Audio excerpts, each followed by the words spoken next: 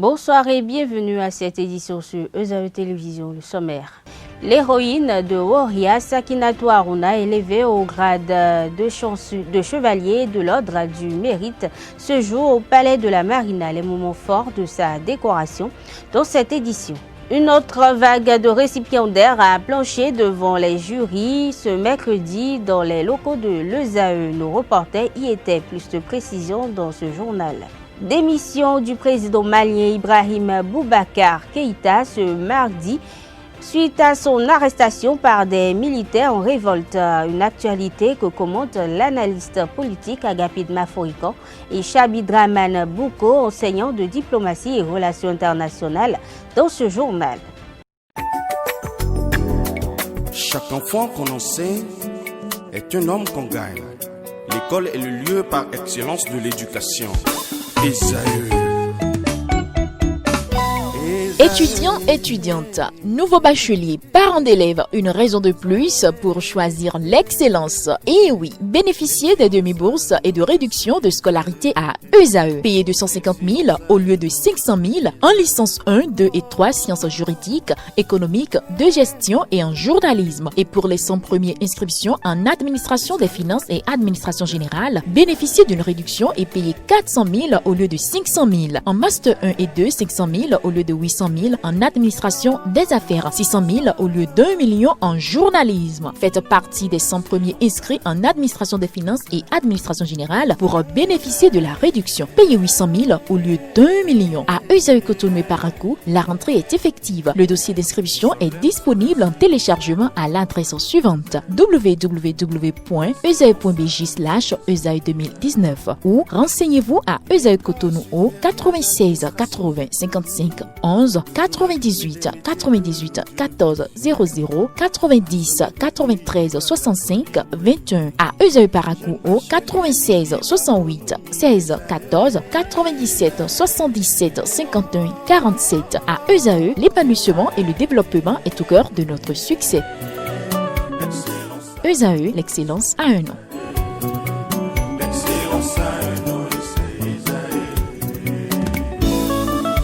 La rumba, c'est la musique des sages. Et ESAE, c'est l'école des sages.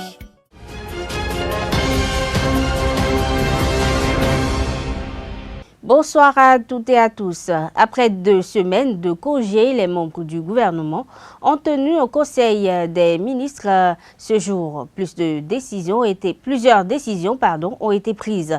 Au titre des mesures normatives, le Conseil a adopté des décrets. Il s'agit entre autres des attributions, organisations et fonctionnement du ministère de l'Industrie et du Commerce, la nomination des membres du Conseil national des soins de santé primaire et du Conseil national de la médecine hospitalière et nomination des représentants de l'Assemblée nationale au sein de la Commission béninoise des droits de l'homme. Dans le registre des communications, le Conseil a entre autres décidé cette semaine du renforcement des capacités du personnel de l'administration publique dans le domaine du numérique. Il était aussi question de la création d'une école de la fibre au Bénin.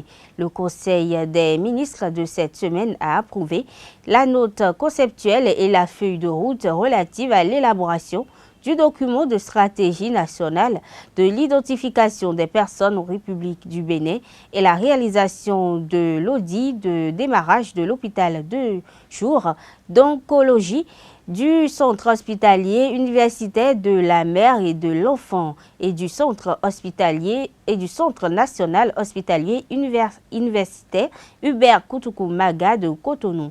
En ce qui concerne les mesures individuelles, des nominations ont été prononcées au ministère du Plan et de Développement et au ministère de la Santé. Toujours au Palais de la Marina, Sakinatou Harouna, l'héroïne de Woria, a été reçue en audience ce mercredi 19 août 2020 à la présidence de la République par le président Patrice Talon. Accompagnée de 2 membres de sa famille, elle a été décorée à titre exceptionnel en présence de la ministre des Affaires sociales et de la microfinance, Véronique Toïfodi Mewanou.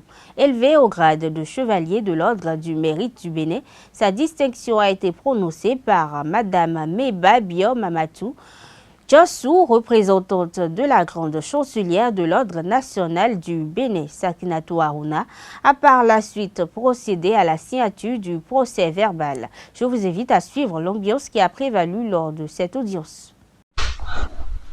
Comment ça va? Bonjour. Comment ça va? Bonjour.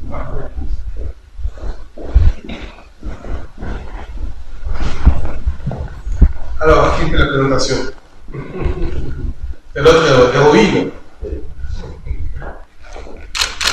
Rappelez-moi son nom. Sakina. Harouna, madame. Madame Harouna, comment ça va? On est arrivé. Ça va, lui va bien, vous allez bien? C'est votre mari qui est à côté? Comment ça va?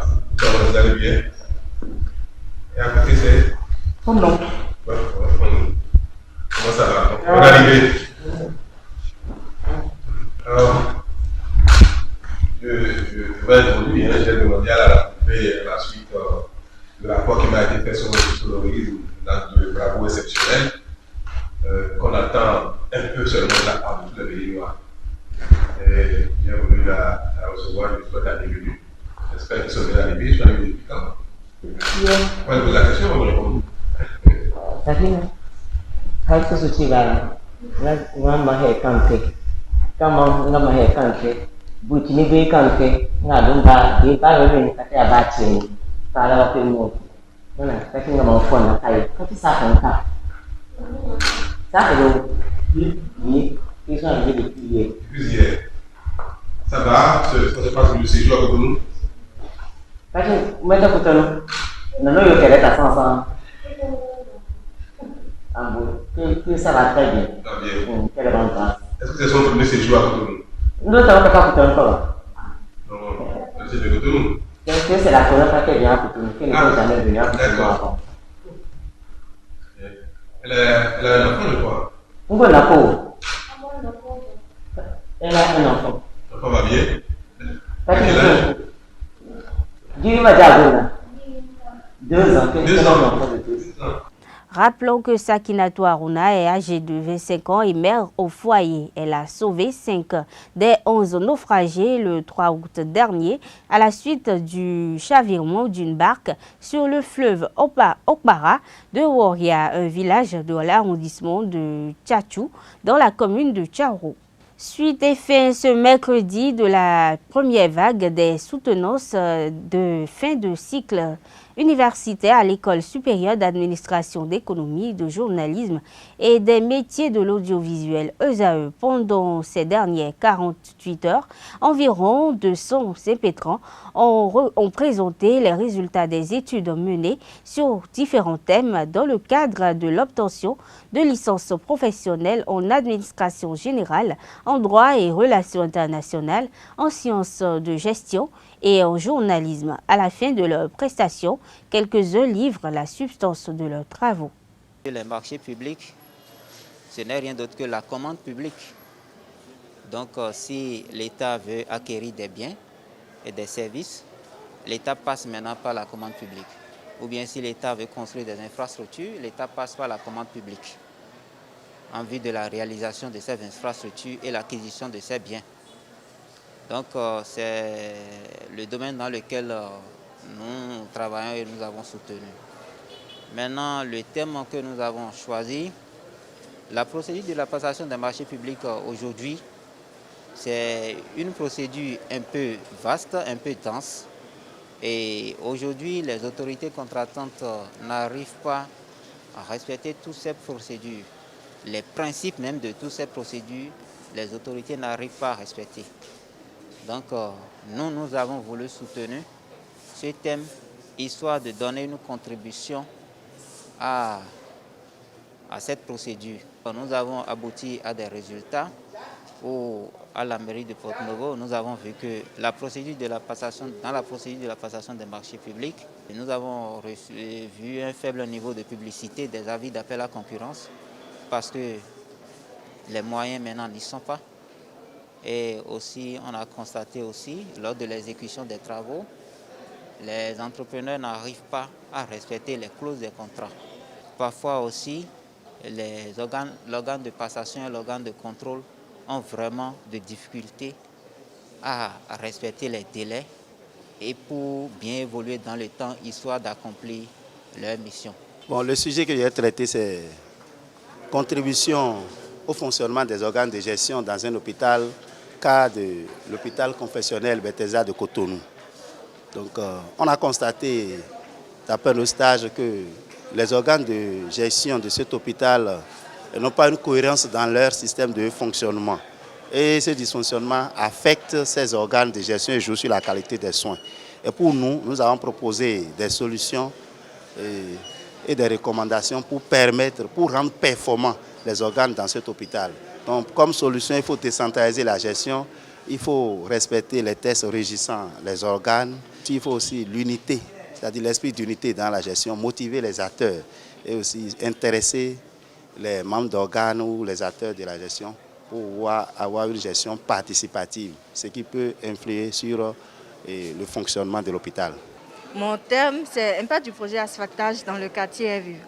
À travers ce sujet, j'ai voulu faire ressortir les avantages, les inconvénients qui peuvent découler après le projet, genre les inconvénients actuels, même qu'on remarque déjà sur le terrain, au niveau des infrastructures qui ont été faites. J'ai fait ressortir beaucoup plus ces inconvénients, afin qu'ils puissent procéder à des corrections et des rectifications pour la suite du projet. Dans le mémoire, j'ai abordé 3 problèmes, notamment la faible performance du programme que la mairie utilise pour lutter contre les inondations, l'incivisme de la population et le mauvais calibrage des ouvrages. Donc les résultats de mes analyses ont montré que l'incivisme de la population est dû à un laxisme des autorités locales dans l'application des sanctions, que le mauvais calibrage est dû à une planification non opérationnelle et que la faible performance est due à une insuffisance de ressources, qu'elles soient financières ou techniques. Parmi les impétrants, nous avons Femi Aril Aléchou, gardien de but de l'équipe professionnelle de football 2AE. Étudiant en communication et stratégie marketing, son étude est portée sur la satisfaction des clients d'une entreprise de télécommunications du Bénin. Il expose l'intérêt des travaux de recherche effectués co-réalisés avec Corinne Adensi. Le thème portait sur la satisfaction des clients d'une structure de la place. Et lors de cette soutenance, des remarques ont été faites, des remarques très très pertinentes dont nous avons pris soin de noter. Nous allons apporter des modifications à notre travail afin de rendre ce travail le plus acceptable possible et permettre à cette structure de s'en servir pour mieux être plus concurrentielle sur le marché national. En tant que joueur et étudiant à la fois, ça n'a pas été facile de cumuler les deux à la fois. Ça n'a pas du tout été facile. Tantôt, les entraînements coïncidaient avec des cours. Et pire encore, c'était une période où nous avions joué une compétition africaine, donc pas mal de voyages étaient à mon actif. Mais néanmoins, avec le commun accord du fondé de l'école, j'ai pu rattraper ces cours-là en soirée parce que les cours de soirée ont un petit retard par rapport aux cours du jour. Donc j'ai pu rattraper ces cours de soirée afin de me mettre au pas, d'où ma prestation ce jour pour ma soutenance. Après avoir examiné 4 documents soumis à l'appréciation de son jury, le professeur Martial Tébus Zanou a donné son avis général sur leur qualité. De façon générale, jusqu'à présent, les impressions sont globalement bonnes, puisque à l'heure où vous m'accordez cette interview, on n'a pas mis encore une note désagréable. Mais il est à noter que le contexte de la pandémie du Covid a influé négativement, a constitué un impact sur le travail qui a pu être présenté par certains impétrants. Mais pour autant, cela n'a pas entaché la qualité des documents que nous avons pu apprécier. Les étudiants devaient faire une immersion sur leur lieu de stage, ce qui n'a pas été le cas en raison de la pandémie. Donc forcément, le contexte de la pandémie du Covid-19 a eu un impact néfaste à titre de comparaison par rapport aux productions de l'année dernière. Mais comme je vous le dis, nonobstant cela, les étudiants, avec les moyens dont ils disposaient, ont satisfait les attentes du jury que je suis en train de présider en ce moment. En marge des soutenances à Usae, Chabi Dramane Bouko, enseignant de diplomatie et relations internationales, s'est prononcé sur la démission forcée du président malien Ibrahim Boubacar Keïta. Selon lui, l'armée a voulu, par ce coup de force, mettre fin à la discorde entre les acteurs politiques de la mouvance et de l'opposition. Je crois que quelque part, ce n'est pas une surprise, c'est la première impression, ce n'est pas une surprise par rapport à ce qui se passe là-bas. Seulement que l'armée en avait marre de ce jeu de ping-pong entre l'opposition, le gouvernement et la société civile. Ce qui se passait à la médiation de la CEDEAO qui est intervenue et beaucoup d'autres personnes, beaucoup d'autres diplomates qui sont intervenus pour essayer de régler cette crise qui a perduré si tant pendant des mois. Et je crois que quelque part, il était temps pour que l'armée siffle la fin de la récréation. Et c'est ce qui a été fait. Et je crois que quelque part, cela va permettre aux acteurs politiques, qu'ils soient de la mouvance ou de l'opposition, et même que des acteurs de la société civile, à comprendre quelque part que le peuple vraiment en avait marre et qu'il fallait siffler la fin de la récréation pour que... Et c'est ça qui a poussé peut-être, qui a poussé sans doute l'armée à prendre ses responsabilités. Et si vous avez bien suivi, tout s'est passé sans résistance. D'un côté de l'armée, cela voudrait dire quoi? Que l'armée a été unanime et organisée du début jusqu'à la fin de tout ce que nous avons vécu hier, 18 août 2020. L'armée a été organisée, il n'y a pas eu de résistance, il n'y a pas eu de perte en vies humaines. Certes, il y a eu des tirs en l'air pour annoncer ce qui arrive, mais vous voyez, il n'y a pas eu de perte en vies humaines, il n'y a pas eu de mort. Je crois que quelque part, l'armée a été organisée et a pris ses responsabilités pour essayer d'instaurer l'ordre que les acteurs politiques n'arrivaient pas à imposer au Mali. La communauté économique des États de l'Afrique de l'Ouest et la communauté internationale condamnent le putsch. Ces organismes redoutent un vide politique et une tourmente sécuritaire accrue dans un pays déjà fragilisé par des conflits. Face aux menaces de sanctions proférées contre le Comité national pour le salut du peuple, Dramane Bouko préconise un accompagnement des organisations sous-régionales et régionales au rétablissement de l'intégrité territoriale du Mali. Non, je ne crois pas que le scénario de 2012 puisse se répéter exactement au Mali. Parce que vous avez suivi, si vous suivez bien les images, comme je l'ai dit, l'armée est unanime. Il n'y a pas un camp qui s'oppose l'un contre l'autre. Et de deux, la population a accompagné ce qui est arrivé. Je crois que quelque part, ce n'est pas évident qu'on puisse... Parce que ce qui s'est passé dans le cas de 2012, c'est qu'il y avait d'un côté un autre groupe qui n'était pas d'accord, un autre groupe de militaires qui n'étaient pas d'accord, et c'est ça qui a mené de bain de sang. Mais ce à quoi nous avons assisté hier, ce n'est pas le cas. C'est que l'armée a été unanime, tout s'est passé sans effusion de sang. Maintenant, ce qui va être envisagé, ce qui pourrait être fait, le scénario auquel on peut assister par rapport à la situation du Mali, c'est que la communauté internationale déjà a été unanime. La CEDEAO, l'Union africaine, l'Union européenne, l'ONU, il y a même un conseil, le Conseil de sécurité qui se réunit en urgence par rapport à la question. Moi, je crois que quelque part, le peuple malien est souverain.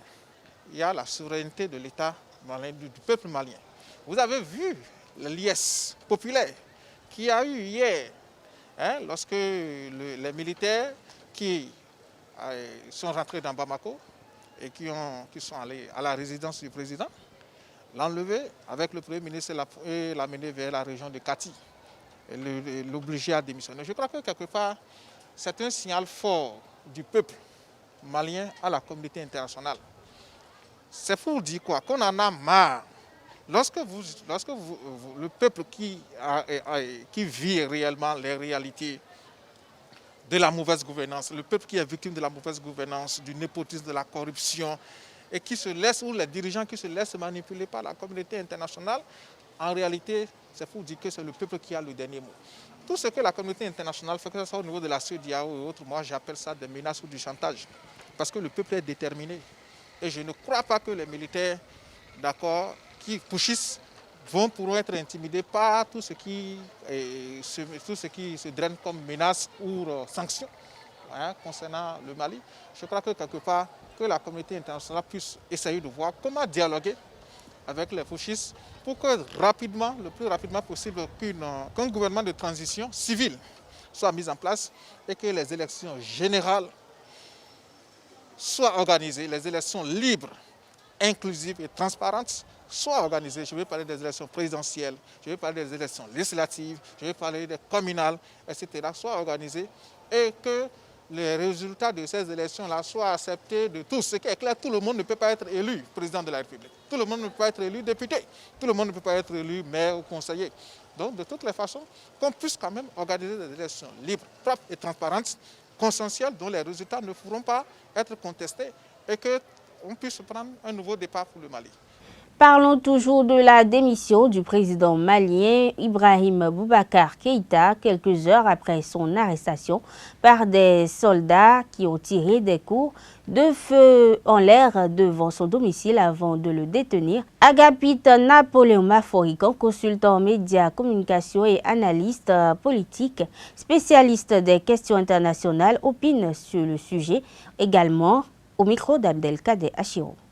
Vous ne pouvez pas analyser la situation du Mali du 18 au 19 août. Donc, pour analyser la situation du Mali, il faut remonter à il y a quelques mois, notamment les mois de mai, juin, juillet, pour pouvoir apprécier ce qui se passe dans ce pays. Et donc, depuis la chute de la dernière mission, depuis l'échec de la dernière mission de la CEDEAO, il était évident que une situation confuse ou nébuleuse se préparait dans la mesure où le président Ibrahim Boubacar Keïta et son équipe ne semblait pas disposé à tirer toutes les conséquences donc, de la crise politique qui était et de la rupture de dialogue entre lui et l'opposition.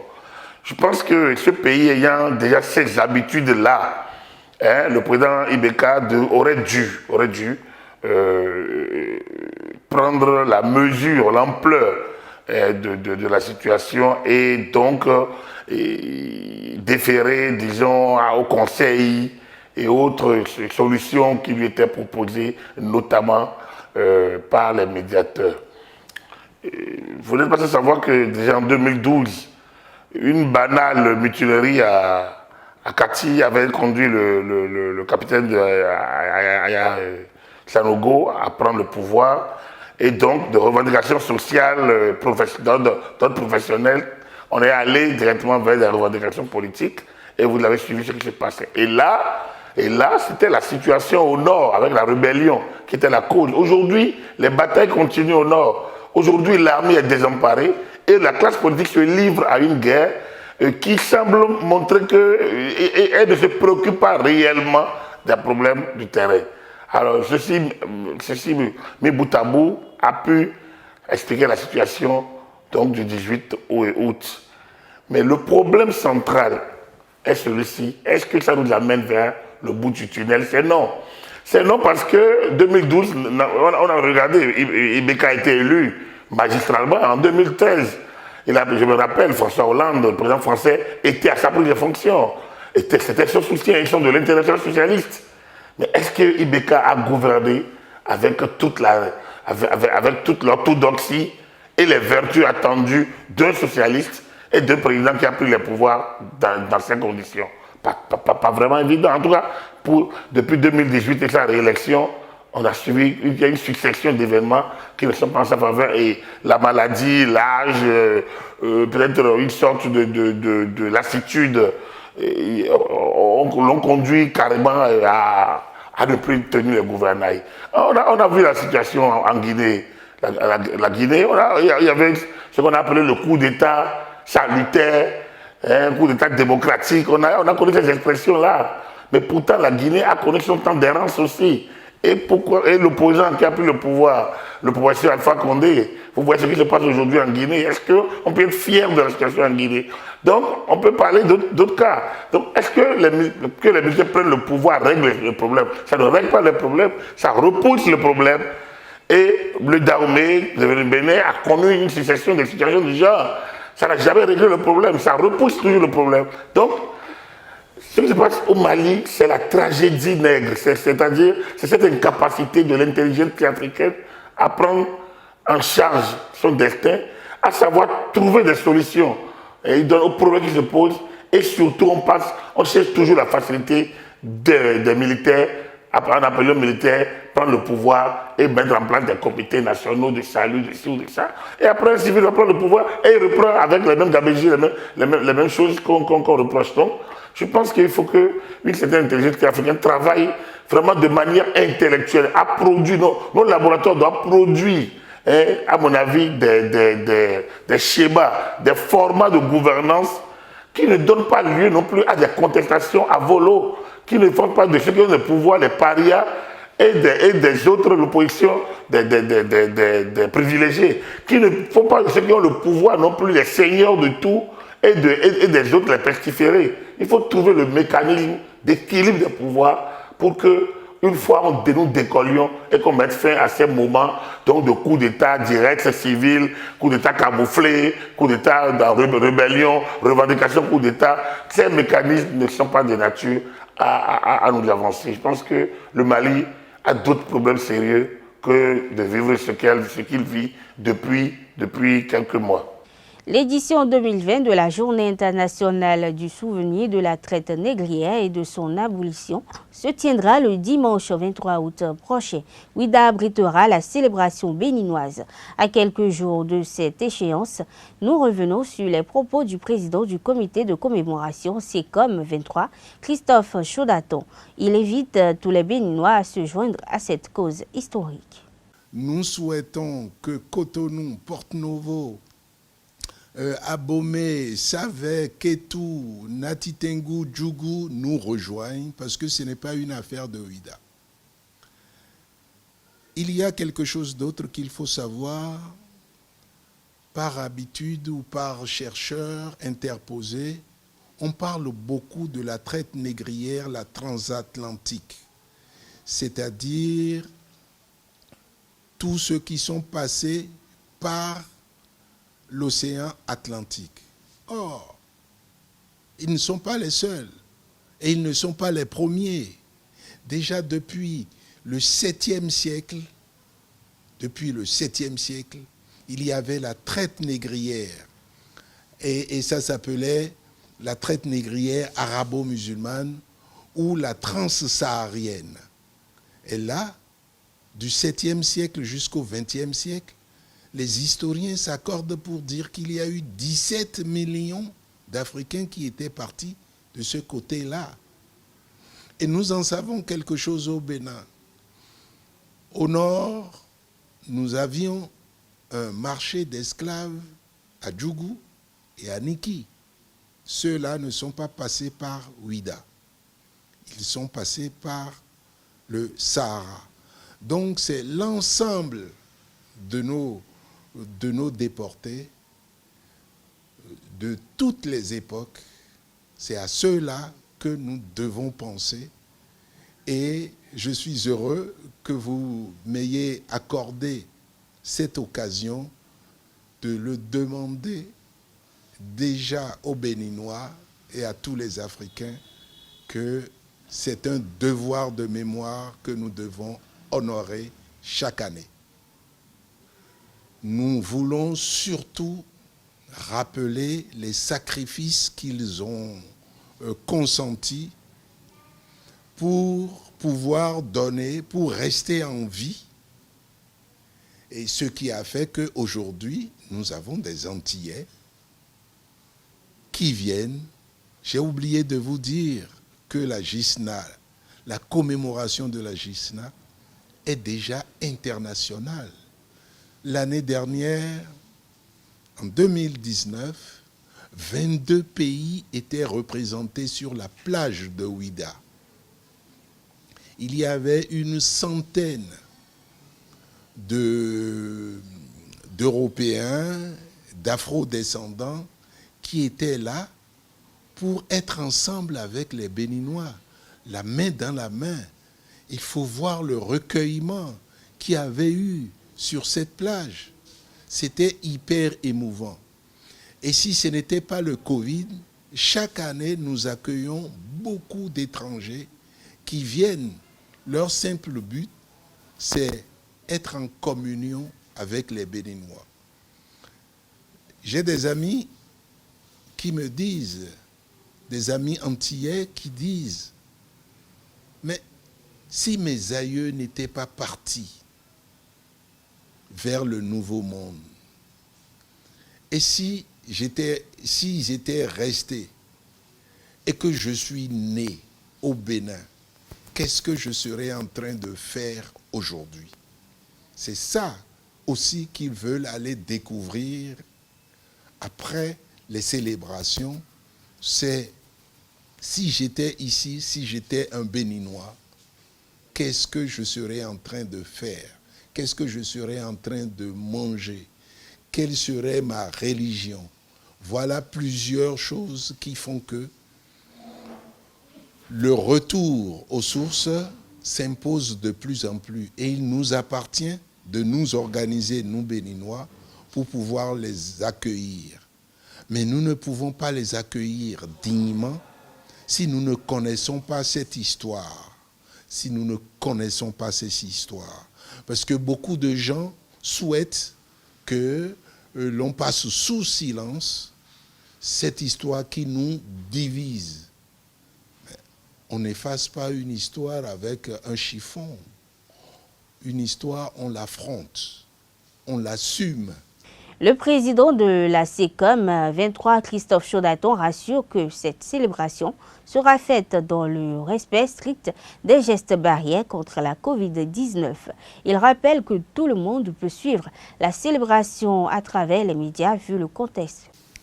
Alors, la première des choses, c'est de dire, pandémie ou pas, nous devons penser à nos déportés africains. Nous allons nous adapter aux conditions de Covid.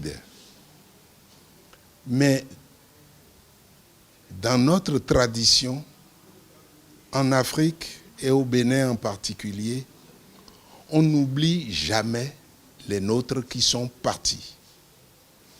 Si vous êtes fond, vous avez dans votre famille des Assins Khossa, où les Assins représentent les parents, les anciens parents.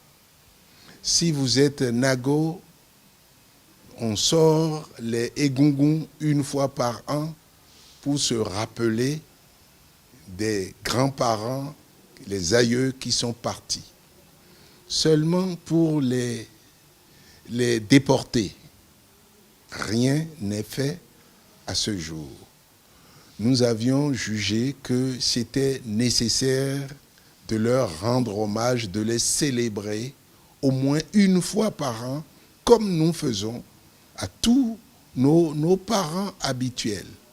Donc, Covid ou pas, nous avons demandé et obtenu, notre comité SECOM 23 a demandé et obtenu que la commémoration ait lieu dans le strict respect des gestes, des mesures barrières. Donc, comme tout le monde, nous serons moins de 50, il y aura la distanciation sociale, il y aura des masques, il y aura de lavage de mains ou de gel, mais tout sera respecté et dans un tout petit comité, nous ferons cette commémoration et nous rendrons hommage à ces millions et des millions de déportés africains, pas seulement béninois, mais africains qui sont partis. Le président Obasanjo disait dans une conférence de presse à Cotonou, il y a 2-3 ans, ce président Obasanjo disait « Si nous les Africains, nous ne trouvons pas une journée pour commémorer nos déportés africains, leur âme ne nous laissera jamais en paix. » Le nouveau maire de Parakou, Inoussa Chabizime, sera installé dans ses fonctions vendredi prochain. La cérémonie de passation de service va être présidée par le préfet du Borgou, Djibril Mama Sissé. Le préfet a informé le conseil municipal de cette cérémonie de passation par message radio. Les nouveaux adjoints au maire prendront également service des mains de leur prédécesseur au cours de cette cérémonie. De même, le nouveau maire et son équipe vont procéder à l'installation officielle des nouveaux chefs d'arrondissement. Il faut préciser que le nouvel élu de la cité des Kobourou a été officiellement désigné le jeudi 13 août dernier. Ses adjoints sont respectivement Charles Toko du BR, Mustapha Orou Gankou de l'UP et Alimatou Abdoulaye des FCBE. Idrissou Alassane Boukari Mama, Abdou Razak des FCBE et Ibrahim Chabi Mama du BR sont respectivement ces trois chefs d'arrondissement. Le condensé de l'actualité hors du Bénin porte sur 5 pays dont la Centrafrique, le Royaume-Uni et l'Amérique. C'est signé Aïchatou Amoussou et Safratou Laleye. Le président malien Ibrahim Boubacar Keïta prononce sa démission la nuit du mardi 18 au mercredi 19 août. Une démission qui fait suite à la prise du pouvoir par les militaires le mardi 18. Les putschistes réclament une transition politique civile et des élections générales dans un délai raisonnable. C'est d'ailleurs le souhait de la population malienne qui a entraîné de vives tensions et l'avancée des djihadistes dans le pays. Une revendication populaire conduite depuis quelques mois par le mouvement MS qui organise des manifestations de protestation. Une actualité qui doit intéresser la Guinée dont le président Alpha Condé, accusé d'avoir trafiqué la constitution pour briguer un troisième mandat. Il intéresse également le troisième mandat voulu faire par le président Ouattara en Côte d'Ivoire. La Centrafrique est toujours en proie aux exactions des milices et le gouvernement ne contrôle qu'une petite partie du territoire. Des avions français ont effectué vendredi une démonstration de force contre un groupe armé dans le nord-ouest de la Centrafrique en soutien de Casques Bleus.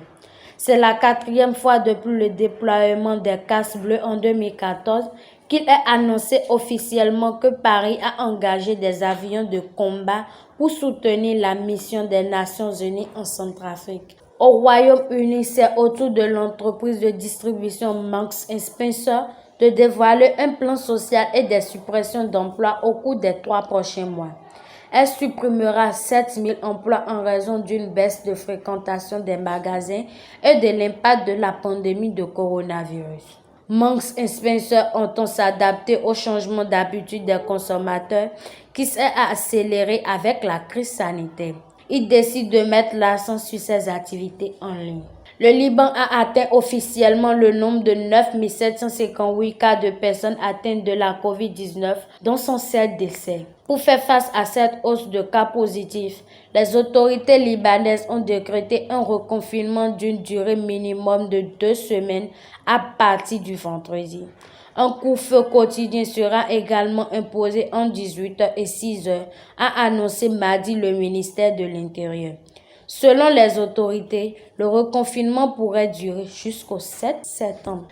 L'ancien vice-président américain de 77 ans, Joe Biden, a été officiellement choisi par la majorité des démocrates mardi. Le sexagénaire affrontera pour la présidentielle américaine de 3 novembre le milliardaire républicain Donald Trump.